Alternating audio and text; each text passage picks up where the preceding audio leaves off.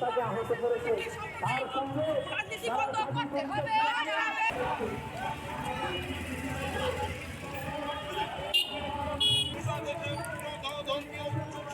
সৃষ্টিকারী RSS BJP আজকে সবাই বিপদে আছে শুধুমাত্র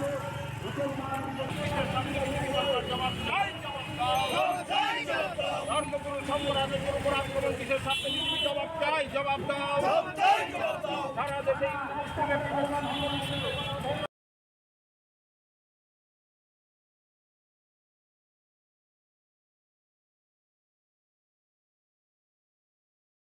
শঙ্করাচার্যের উপর আক্রমণ মানছি না, মানব না।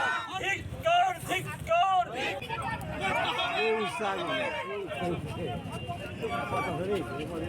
হয়েছে ওই গত এই সঙ্গমে যখন পদদলিত হয়ে মানুষ মারা গেছিল মহাকুম্ভে, তখন কিছু প্রশ্ন উনি করেছিলেন। কাজেই যোগী আদিত্যনাথ, মোদী, অমিত শাহজিরা তারা বললেন একে উচিত শিক্ষা দাও। তার উপর আক্রমণ, সাধুদের টিকি ধরে তাদের টেনে হিচড়ে নিয়ে গেছে পুলিশ। 85 বছর সাধুকে লাত মেরেছে, দেদার মেরেছে, পিটিয়েছে, ব্রাহ্মণদের গালাগাল করেছে পুলিশ প্রশাসন। এ কোন সনাতনী ধর্মের রক্ষা নাকি এরা করে থাকেন?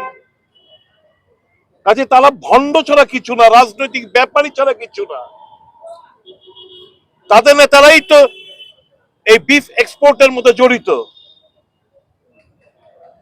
আরএসএস দিল্লিতে ঝান্ডেওয়ালা, তাদের অফিসের সংলগ্ন প্রায় 1300-1400 বছরের বহু পুরনো রাম মন্দির, রামের গলায় চেইন, হনুমানের গলায় চেইন বেঁধে বুলডোজারদের টেনে হেঁচড়ে নিয়ে গেছে, মন্দির ভেঙেছে। কারণ আরএসএস নেতাদের গাড়ি পার্কিং এর জায়গায় নেই, মন্দির ভাঙতে হবে। 1500-2000 বছর পুরনো কাশী মণিকর্ণিকা ঘাট মন্দির ভেঙে তছনছ করে দিচ্ছে। মন্দিরের বিরুদ্ধে শিবলিঙ্গ ভেঙে গুড়িয়ে দিচ্ছে।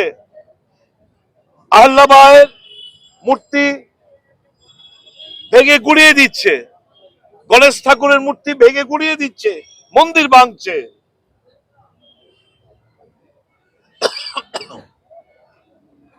এই অরঙ্গজেব গাজনীরা এত মন্দির ভাঙেনি। গত 12 বছরে যত মন্দির নরেন্দ্র মোদী জামানায় ভেঙেছে। দেশবাসী আজকে তাদের ভেতরে, মনের ভেতরে প্রচন্ড জ্বালা, ক্ষোভ। কিছু মূর্খকে অন্ধভক্ত বানিয়েছে, আর কিছু অন্ধভক্তকে মূর্খ বানিয়েছে।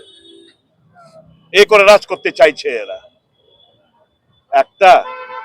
একটা এতগুলো তাদের সংগঠন রয়েছে, এতগুলো তথাকথিত রেপিস্ট বাবা রয়েছে, যাদের কিছুদিন পর পর পেরোলে বের করে আনে।